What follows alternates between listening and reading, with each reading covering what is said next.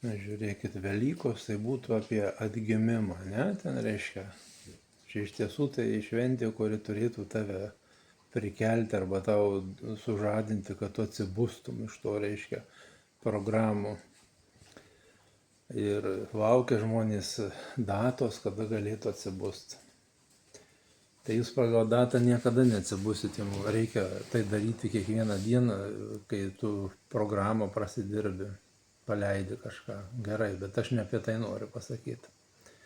Kadangi iš kartos į kartą ilgai žmonės programavo bijoti Dievo, netgi tas krikštas, teoriškai mes galim pasirinkti jau kuo tikėti, netikėti, kada užaugia, arba ten ta dirmavonė, kada eina žmogus gali rinktis. Bet aš iš praktikos matau, reiškia, norint padaryti žmogų vientisą, jį būtinai reikia krikštą praderbti. Tai reiškia parodyti ir nutraukti, kad jisai nebebijotų kažko, nes vaikui įrašoma programa, kad jisai matė močiutės, ten tikėjo, bijojo, gąsdino velniais, visokiais angelais, demonais, dievais. Ir tas autoritetas, jisai išlieka, kai atrodo žmogui, kad jį visada kažkas stebi. Tai nėra šiaip savo.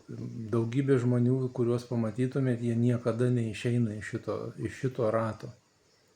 Ir žmogus kaip akla višta lieka.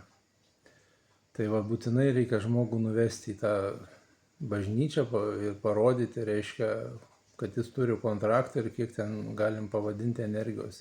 Ir principė tą sutartį reikia nutraukti.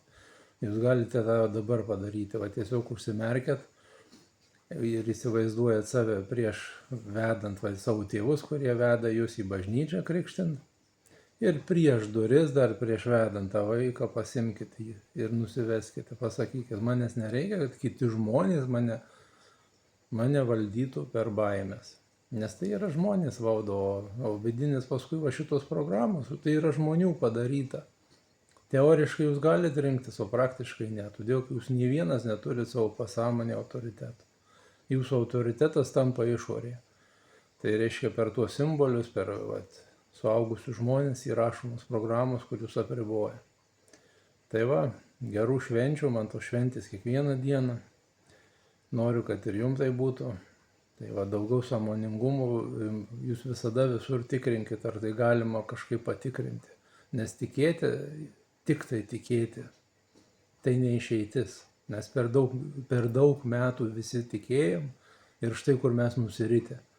Kai mes tikim, kad mūsų priešai kažkas tai yra, tai va tada ir valdo irgi. Čia lygiai tas pats mechanizmas, visur yra valdymas žmogaus. Tai va būkite sąmoningi ir niekas jūsų nevaldys. Iki.